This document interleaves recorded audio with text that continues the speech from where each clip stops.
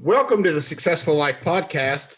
I am your host, Corey Barrier, and I am here with Nina. I'm going to let her, of course, pronounce her last name because if I do it, I will mess it up. Nina, what did tell everybody your last name? So it's Aouilk. Aouilk. Aouilk. See, I should have tried that. But so the reason I wanted Nina to come on today is because I heard her sharing in a room in Clubhouse, and it was I don't actually remember all the details of the story, but what I do know is she's had a pretty impactful some pretty impactful things happen in her life that she's going to share with us today. And I just hope that everybody's prepared because this is going to be a really good conversation. And I'm really excited, but almost a little bit nervous to hear because, you're going to share. I know you're going to share some vulnerable things with us. And it's some of the things that I think you're going to share with us today are going to be things that people lots of times have a hard time hearing. And so I just asked the audience to stay with us today and hear this story because I think it's going to potentially change her life, change your life, or maybe somebody's lives around you. So Nina, with all that nice introduction, sort of, I'm going to give you the floor and let you tell us a little bit about yourself and some of the things that have gone on in your life. Okay, sure, brilliant. Thank you so much. So my main objective is to reach as many hearts as I can, as many people as I can that are feeling lost and bewildered and they don't know where to turn to, people that are feeling unloved, not good enough. And my motive is to come out and say to people that are out there that you are loved, because my cup is so full with love that I want to share it. And also to never, ever, ever give up. I want you to just find a way, make a choice, move, do something, but never give up on wanting to live a life that's yours. And it's just a case of you reaching out there to take it. So I was, Nina, yeah, why do you say never give up?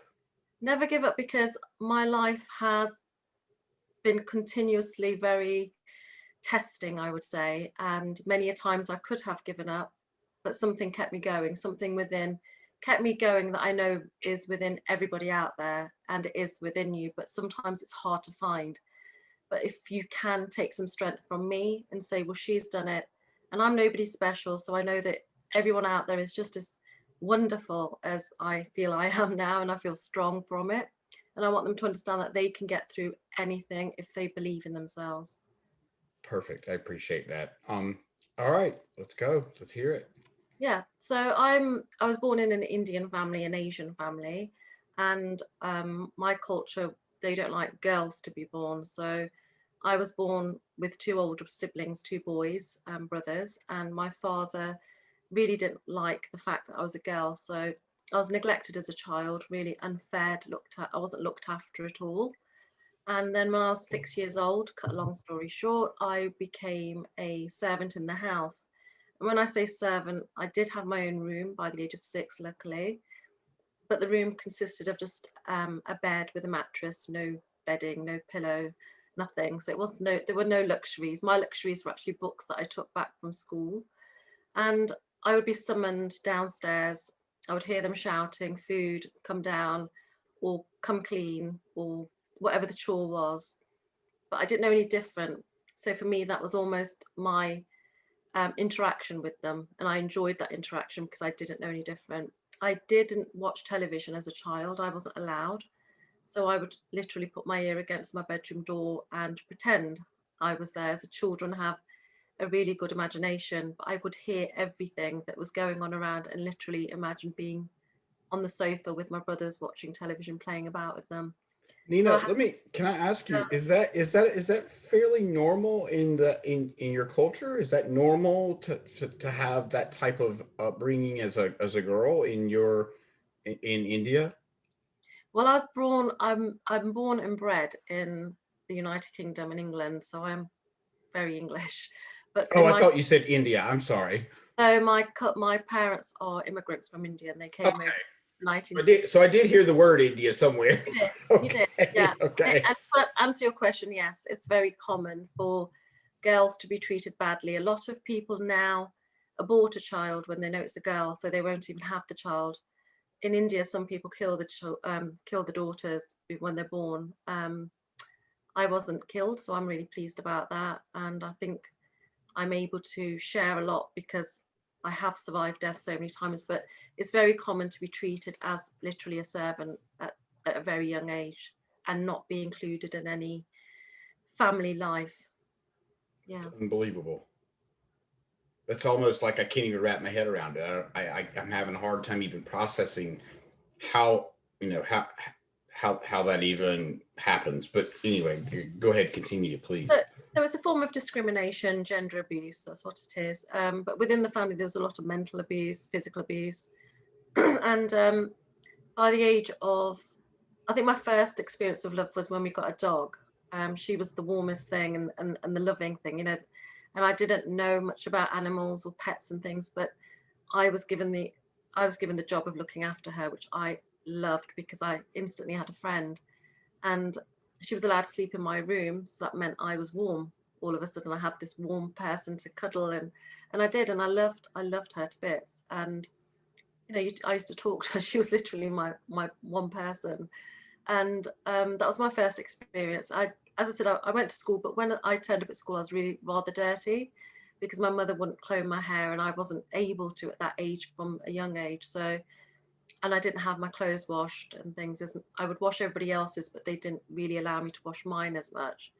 So it was almost like a punishment that you know, that you're a different sort of citizen almost. You're not allowed to look clean and prim and proper. So I didn't actually get that. So I didn't have many friends at school because naturally I wasn't attracting friendships and I was the only person of colour in my school, which caused huge problems also. But then when I got to 14, my mother called me downstairs because my father had returned from the pub, which is like a bar, and he'd brought back a lot of drunk friends. And unfortunately, the same hands that are supposed to protect me held me down and in a gang rape. And I kept my eyes wide shut. I don't know what happened, but I know that I ended up being raped several times. And I did fall pregnant by one of the men. And at the age of 15, I had an abortion. And when I came back from this private clinic that my parents had taken me to, I tried to take my life because life just wasn't worth living for me at that time.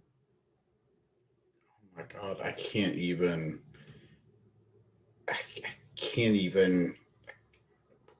yeah, I can't even imagine that.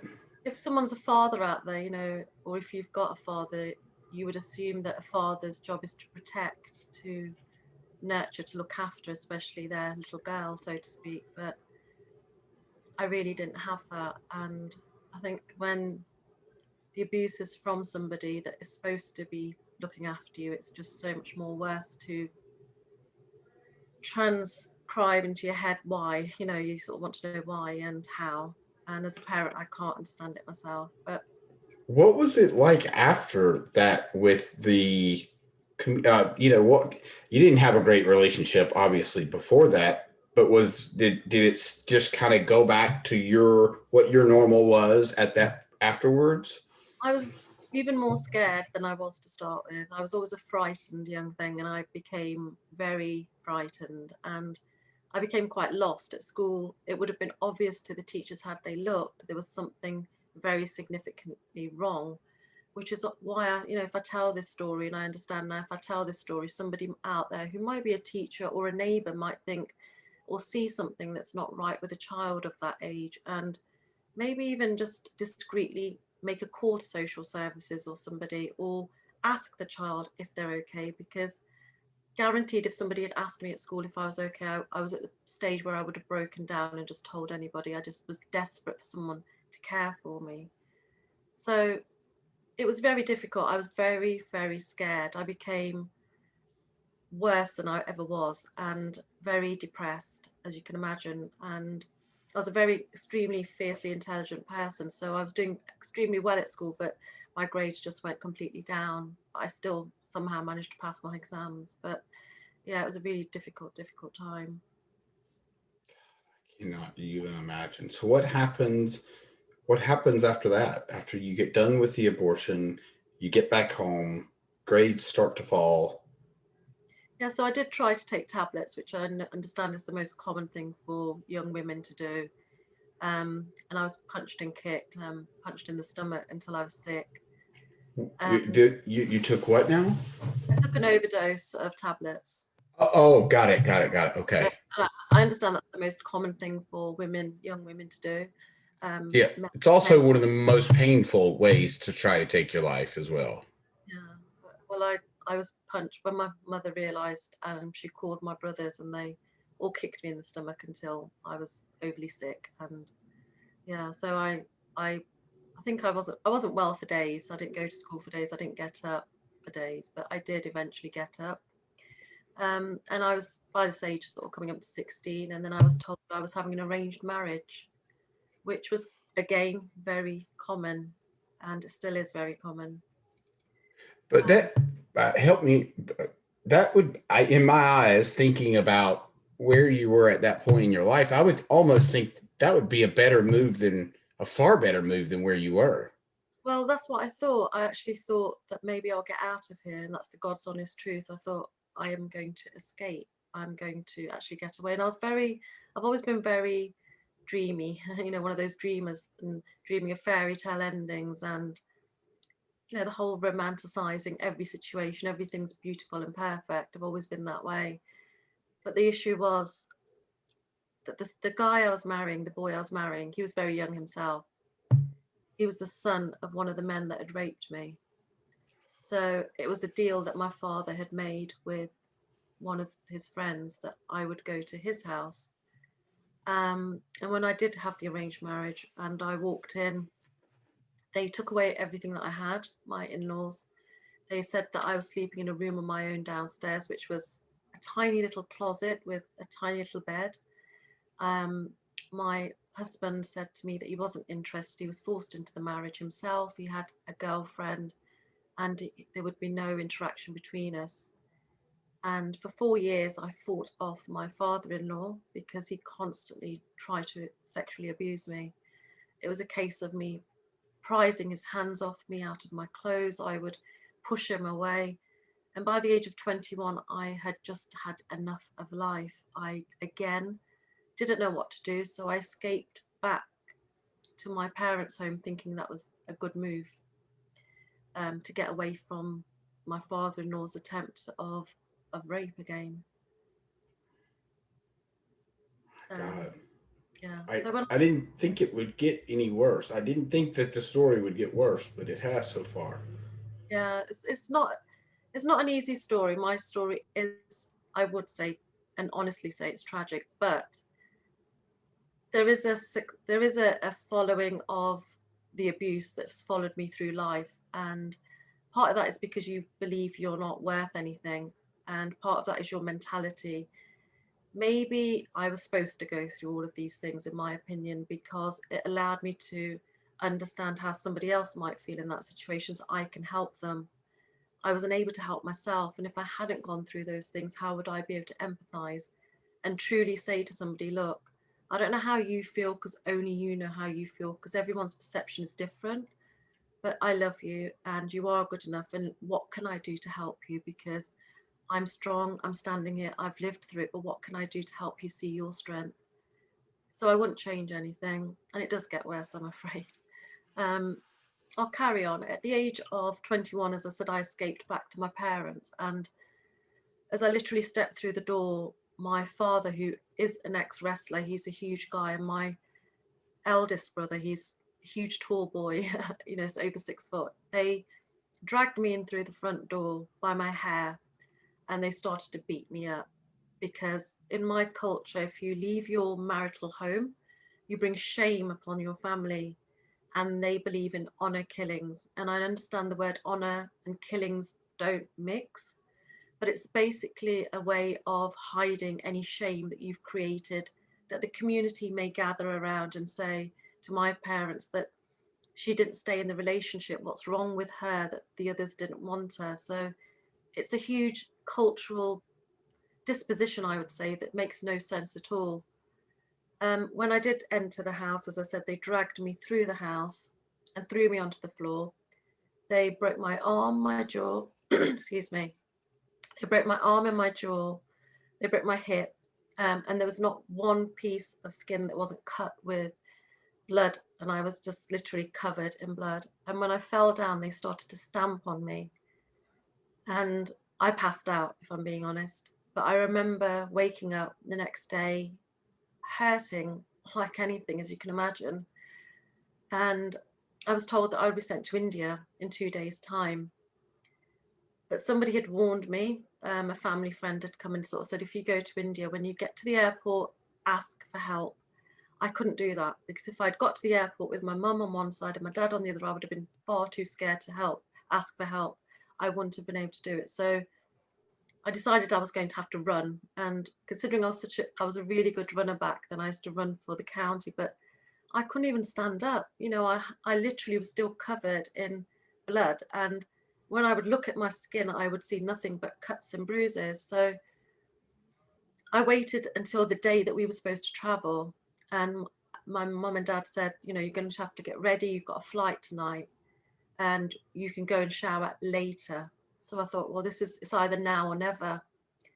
And I thought to myself, do I want to go? And I thought, no, I don't. I don't want to die. I mean, what would you do? You wouldn't want to die if you know that's what's in front of you, you would not want it. So I literally crawled around the corner to a park, and it was starting to get dark, and I hid. I had a very light jacket. I hid, and I watched my father driving past. He just kept going, and every time I saw him, I'd shudder. I was so scared. I was shivering with the cold and the fear. But I sat there until it was daylight. Oh my goodness, that's unbelievable. Like, what was going through your head? I guess just fear, sheer fear. I just knew that I didn't want to die. I just knew I didn't want to go back to my father-in-law's. I just knew that I didn't want to be hurt anymore. I just knew that there was something bigger and better out there that I just didn't want to give up. And that's one of the reasons that I say to people that, yes, my story is tragic, but realistically, trauma is trauma, and there's no comparison of trauma. My trauma might be different to somebody else's, but it's still painful. We still have gone through that process, and it's a sense of loss. It's like you might have lost a job or a loved one. I lost my innocence. It's not the same thing, but it's still a loss. So I do believe that we can resonate with some of the emotions amongst us and maybe get some strength from it. When daylight broke, I went to somebody who offered me a place to stay. This should have been my happy ending. It really should have. He ended up being the father of my 3 amazing children, and I was with him for 23 years. But it was literally like glass breaking. My whole daydream world, that I thought would be amazing and beautiful, because domestic violence, I went through domestic violence for then 23 years. I ended up getting pregnant. We didn't date. I ended up running away and living in his place, and we went out. I'd never drank alcohol before, and I did drink that day, and I got pregnant. But if you're a father, if anybody out there is a parent, you know that when you hold your first child, you feel it's indescribable, the rush of love and purpose. You have a purpose, you have this being that you're responsible for. And I wanted to give her everything I had never had. I wanted to give her love. I wanted to give her the best schooling. I wanted to give her presents, and everything. I wanted to teach her things. And things went along. We lived together. We were cohabiting, I would say, but we were never in a real relationship. But I didn't understand what a real relationship was. I had nothing to compare it to. And 5 years later, I had my son, my first son. And then I fell pregnant again. And this is the hard one. This is where I get really upset. But I was 8 months pregnant, and he pushed me down the stairs when I was 8 months pregnant. And there was a lot of physical abuse. But this time he pushed me with such a force that I ended up going to the hospital, and my baby died at birth. And that for me was that 1 year where life literally stands still, and you just want to sort of scream to people to stop, because you've lost something so precious. And I had 2 young children depending on me because the father didn't interact with them. I was running 5 businesses at the time. but I just couldn't mentally move forward. There was just a block, and I just wanted my baby back. And like I've described it before, my pillow wasn't dry ever. You know, I just wanted this child. There was that longing for me to have him back. And eventually time went on and I had another baby, a baby boy. And I felt like maybe God's taken, but he's also given. I didn't make sense to me, but I wanted to again live. And my youngest son did give me that will to carry on. I found it and I carried on. And to cut a long story short, the abuse got really bad. It became from punches and kicks to strangulation. I was asleep one day and he literally set my pillow on fire as I was sleeping. And the times I could have died and should have died are too many for me to count, if I'm being honest. If you asked him, why have you done this? He would always say, well, it needs to be done. You know, he'd always give you an answer that made no sense. And I'd stopped making sense of things because obviously I wasn't thinking straight. But I was in a situation where I was so controlled and watched. My car was monitored, my calls were monitored. I was watched on CCTV at work. I was listened to in the car all the time because we had to have our phones on. And the children were being brought up in this way, and I didn't see it was wrong. When you're in a situation, you don't see it's wrong because you make excuses for that other person. So if someone's out there and they're living through these things, be honest with yourself. And if you don't want to help yourself, think about the children, because anytime he could have done those things to my children, and I just didn't think it. I just didn't think. I felt I had no choice. But the choices are there. You've just got to make those choices, and you've got to be brave, because the way that I escaped is that my daughter had gone off to university.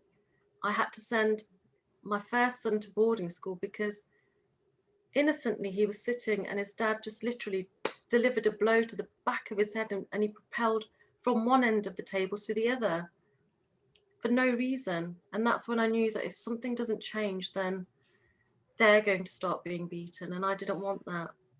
So here's where I'm having a really hard time understanding it, and I trying to figure why would you feel the need to punch anyone for no apparent reason? I'm having a disconnect with Yeah. that thought process.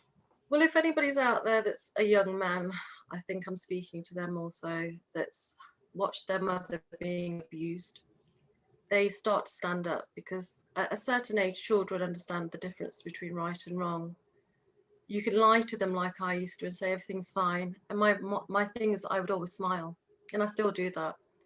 It was because I wanted them never to remember their mother crying, but to always remember their mother smiling. But behind that smile, there was someone suffering terribly. And he started to see that. And then I'm one of these people that plans. I plan. You know, if I do X, Y, and Z, these steps will lead me to that.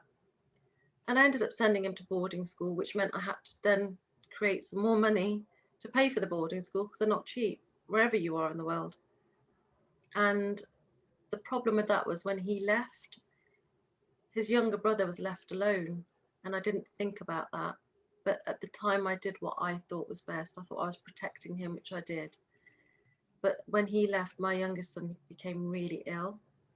He ended up in hospital with an autoimmune disease, which is caused by stress, because he had nobody else to talk to. His buffer had gone. There was nobody there. His buddy, his brother, had left, and he was just left with me and the abusive situation. But when we came out of hospital, there was a couple of, probably not even a week later, my former partner, sent a picture to my daughter, a picture message saying, I'm sorry. And in the picture, I was asleep on the sofa. It was midday, it was daylight. My youngest son was asleep. He'd come out of hospital. And she instantly knew, you know, when you get that feeling in your gut that something is seriously wrong. And imagine how she felt. She was over 200 miles away at university. She'd got this picture. She had no way of reaching me. And she thought she'd lost us that day because I didn't sleep. I've had insomnia since he set my pillow on fire. So I just have serious sleeping issues, understandably. And she rang every phone in the house. Now, my former partner was super paranoid that I was talking to people. So he had more than one landline in the house. But the base rang and the phone stopped working. So that was good for us because she woke me up by ringing the base. Then she rang my mobile phone and I answered. But when I answered, my throat felt so dry and strange. I said she was screaming. She was literally screaming. And when you've come out of like a woozy sleep and someone's screaming at you, you're thinking, what's going on? Please stop. My daughter's not the type to scream either.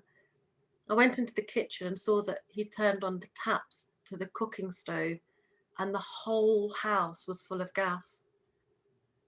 At that point, I should have taken my son and walked, but I didn't.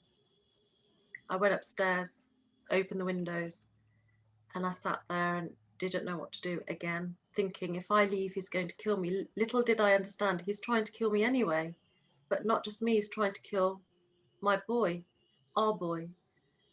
And then my son spoke out at school. He basically saved us from the situation that we were in.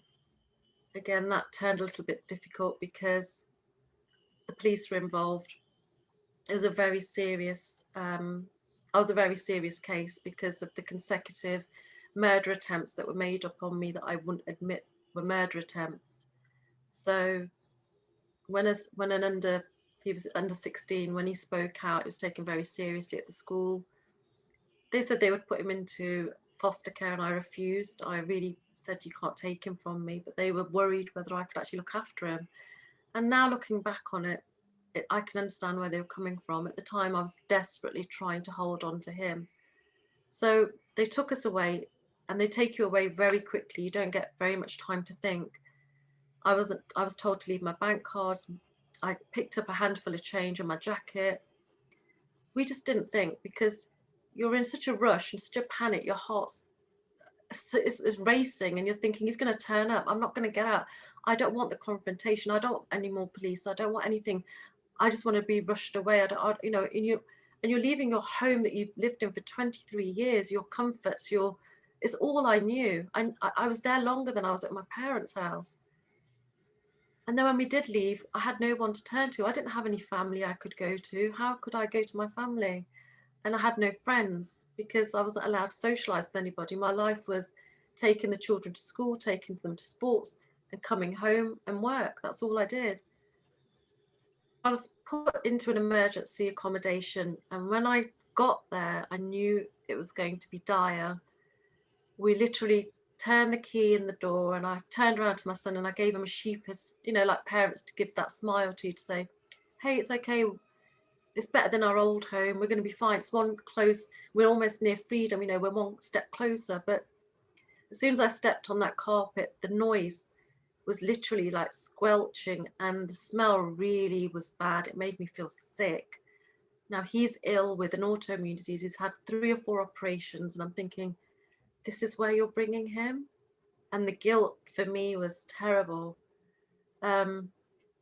When we walked in, the walls were covered with human feces. So whoever lived there before must have been young children just obviously weeing and doing what they were doing, and social services didn't clean it. They didn't clean it, but I had no choice but to live there.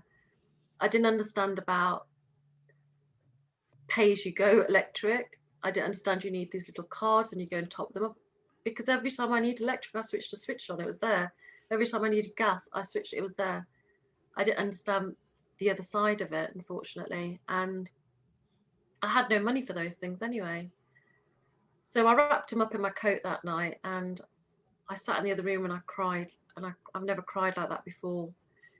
I was crying to a point where I didn't want him to hear me.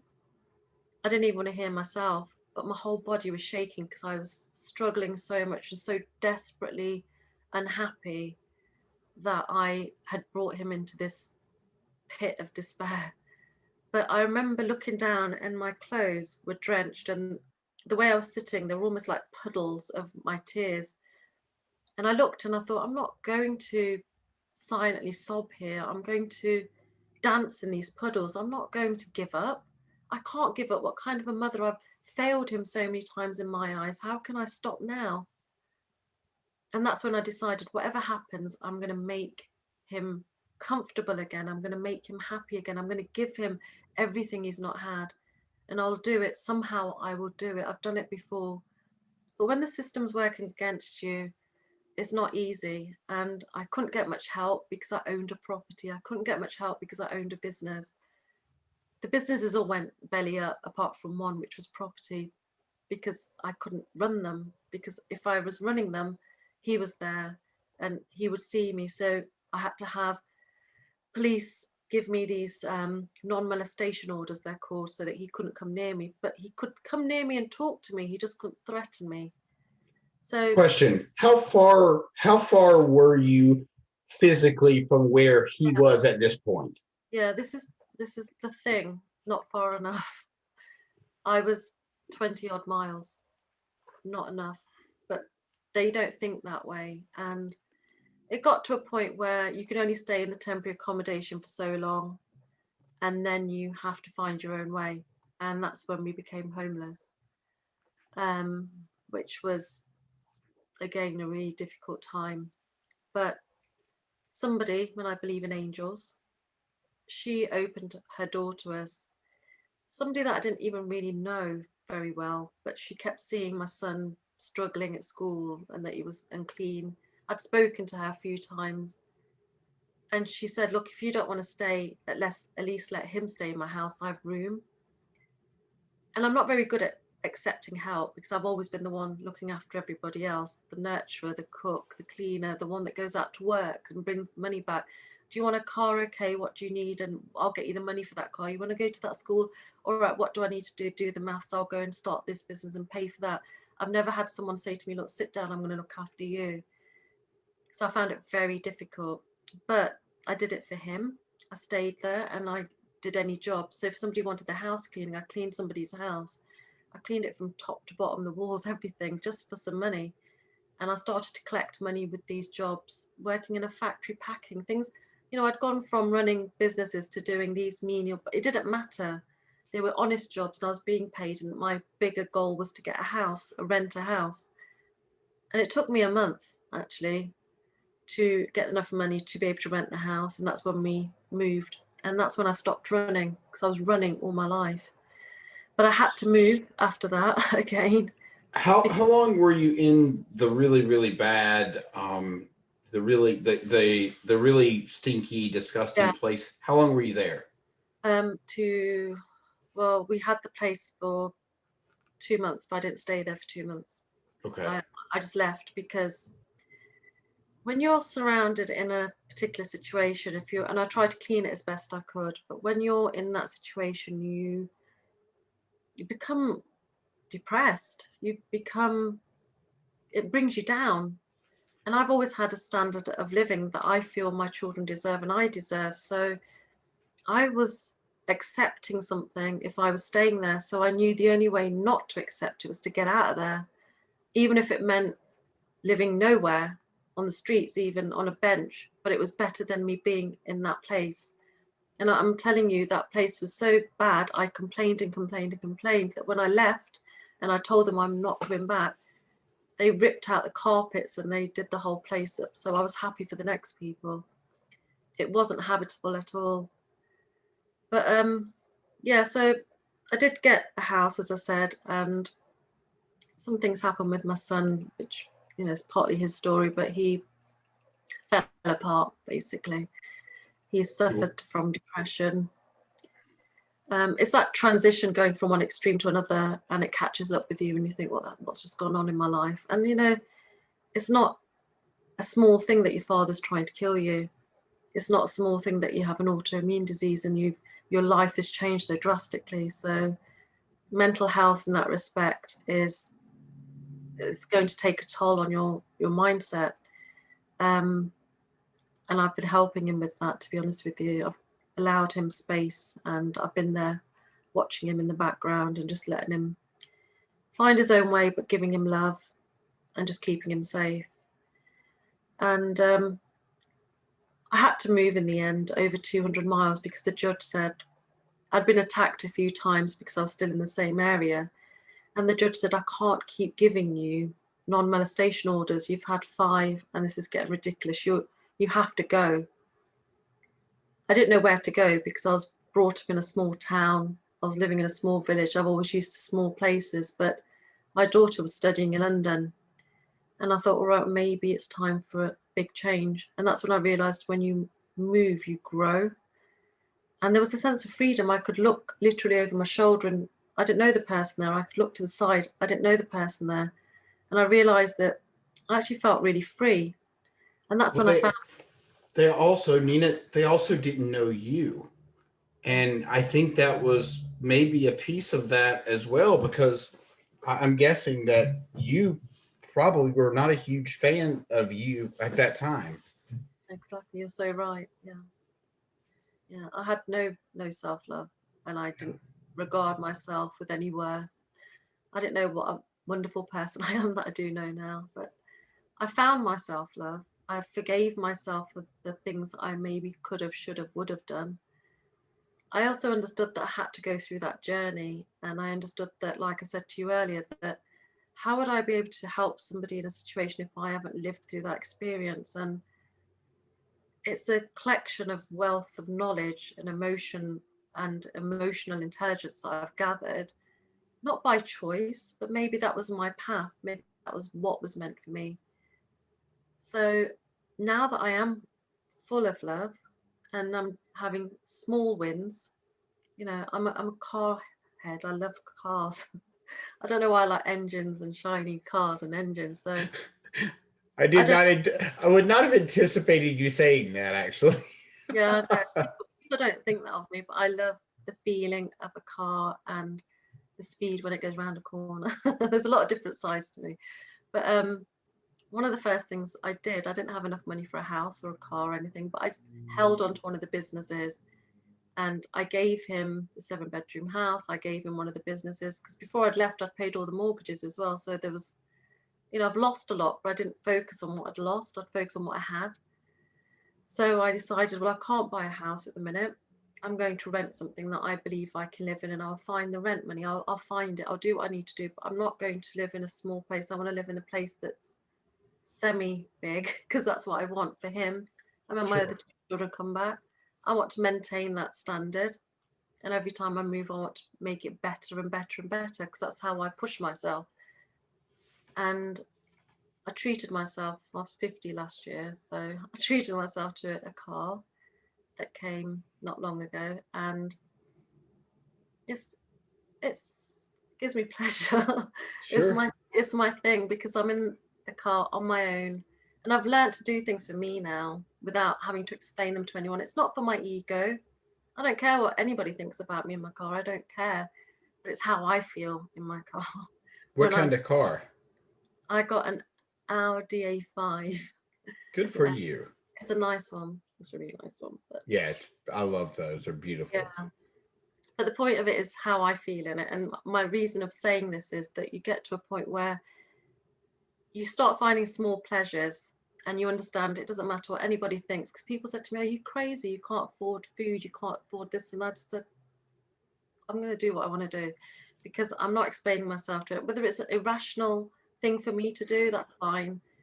But it gives me pleasure and I'm allowed to feel good and I'm allowed to have that one thing that's mine, not for anybody else, that I can sit and escape, go for a drive, have my music on, and I'm in my own little world. And that's how I've learned to love myself.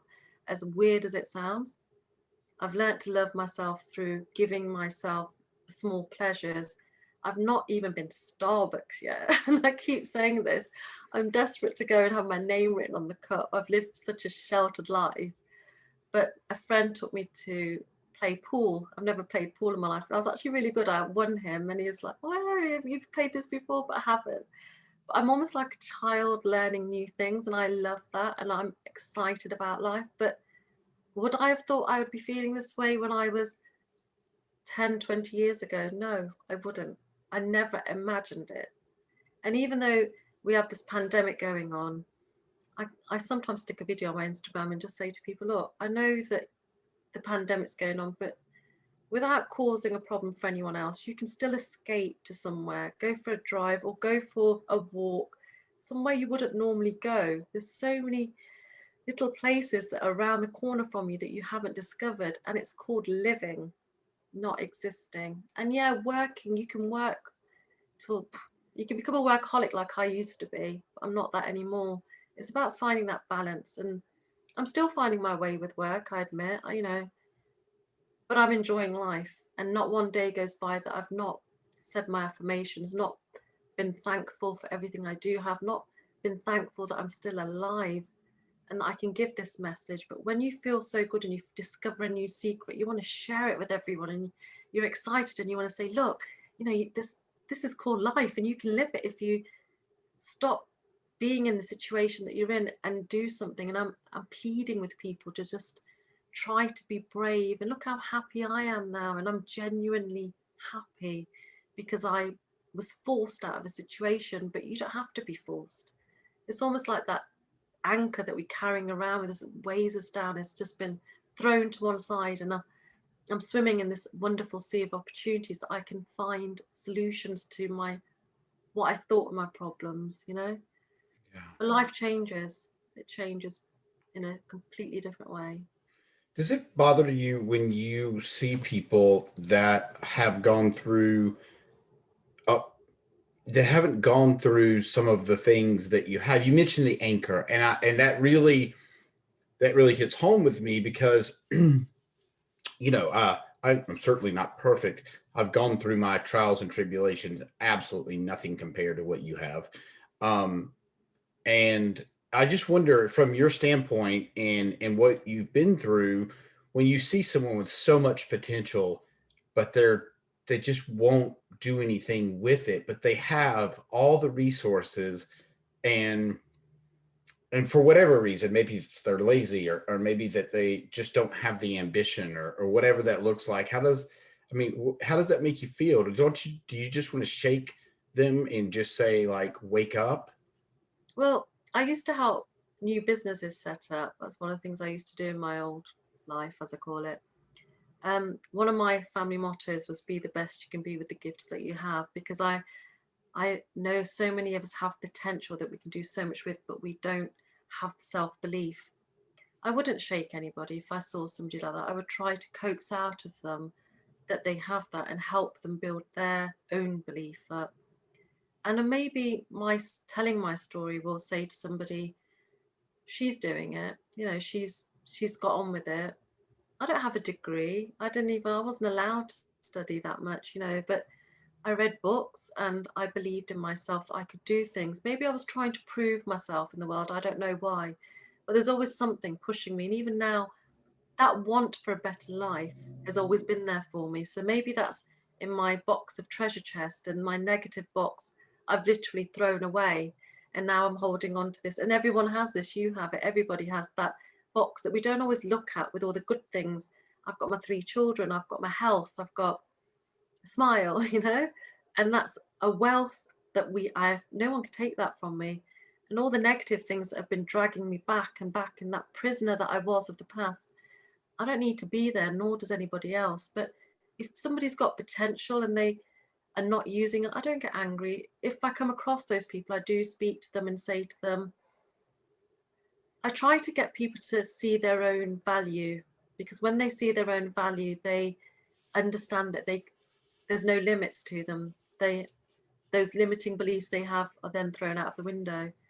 But we see people for what they can't see themselves sometimes. Like when I was in a situation I couldn't see, I was in such a dangerous situation, other people could. So if you can tell somebody that, you know what, you've got an amazing artist type of vibes, you're so creative, you can do this, they will go away and think, maybe I can, because she said I can, and I do enjoy it. But it's just a case of, I'm very much about kindness and being positive and trying to tell people to look within, and You find know, it. I'll share a quick story with you. We are getting towards the end, but I want to share a quick story with you. And I don't know if you know what ayahuasca is, and if you don't, that's okay. But if you do, then you'll understand what I'm talking about. but it's an Amazonian medication that you take, and it's there has some psychedelic properties to it. And that was one of the things that I learned in my ayahuasca journey, is that I didn't value myself the way other people do. And I tried to not really look at why I was hearing that message, but it was loud and clear. Um, and and deep down, I knew why that message was coming through, but I didn't want to look at it because I didn't want to believe that that's what the message was. But after a couple of months went by, ish, and maybe less than that, I realized exactly what it was trying to say. Mm. And I do believe that people don't value themselves, and I do believe that's where that when people don't value themselves, it stands in the way of their growth. It did for me. That is for sure. Yeah. So I think that was a valuable point that you made there. I don't think we're taught. I think we're programmed. Parents can be very negative without knowing they're very negative. And often parents will say, and I've written a book called Master Your Life, Live the Life of Your Dreams. And I've written a section on love and relationships to do with family and relationships in general. But parents will sometimes say to a child, do your homework. And the child will say, why? And they'll say, because I told you so. Not, and there's so many different ways of saying things. And I was doing this with my children in a totally different way. I would say, well, if you do your homework, then you'll be able to go to football because they played football, soccer, as you call it. And you can come back quickly, or you can watch a cartoon before you go to bed. I would almost bar, it was like a business deal for me. But a lot of parents don't realize they're being so negative, and words are so influential on a person's mindset because you believe what you're told. I was told constantly I was fat, I was ugly, I was not worthy, that everyone wished me dead. And you believe that. That's why I think I stayed in such a bad situation for such a long time, because I didn't think I was worth anything else. Yeah. I know now, and that's what I want other people. I want them to see the value within themselves. Yeah. Yeah. Yeah. That's unbelievably important for everybody. And if you're questioning whether you value yourself or not, this is such a great example of, you are such a lighthouse for people that are maybe going through. I'm hoping there's nobody else in this world going through what you were going through, but I know that it happens every day, and it happens even, and I tend to believe, well, it doesn't happen here, but it happens here in the US more than it does in a lot of places. And I think it's such a taboo conversation, taboo thing to hear, that it's called social dissonance, I believe, where you just turn the other way because it's so bad, you don't want to hear it.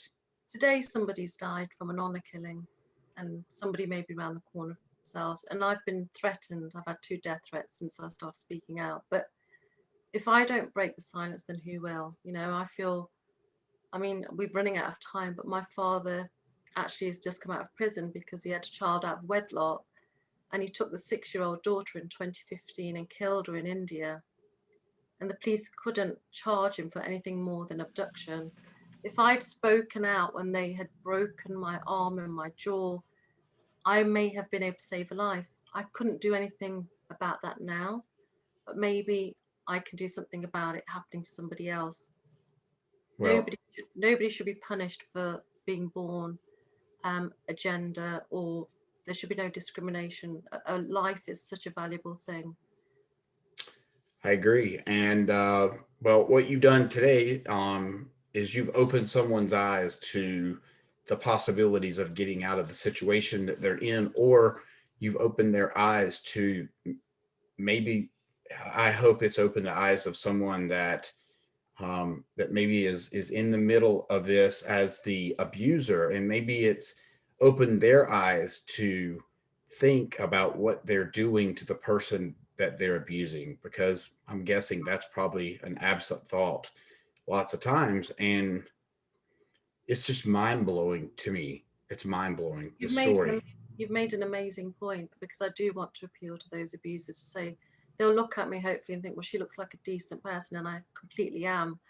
maybe just consider what they're doing, or even someone who's a young person to say they don't want to be that abuser, they don't want to be like that to their partners. So I'm hoping to reach as many people as possible, but you're completely right. Yeah. Well, Nina, I really, I can't thank you enough for coming on today. Could you just do me one quick favor and please tell, if you so choose to, where people can either find you or, and also where they can find your book? Yeah, so my book's being published. It'll be on Amazon soon. Okay. It's called Master Your Life, Live the Life of Your Dreams. So it's a self-help book. I'm Nina Aouilk, and I am on ninaaulk.com. But I'm also on Instagram called Nina the Brit or the London's Life Coach. You can find me on them. Thank you. Perfect. And I'll have everything listed in the show notes, so they'll be able to find you there as well. So, Nina, thank you so much for coming on today. Thank you so much, Corey. You're welcome.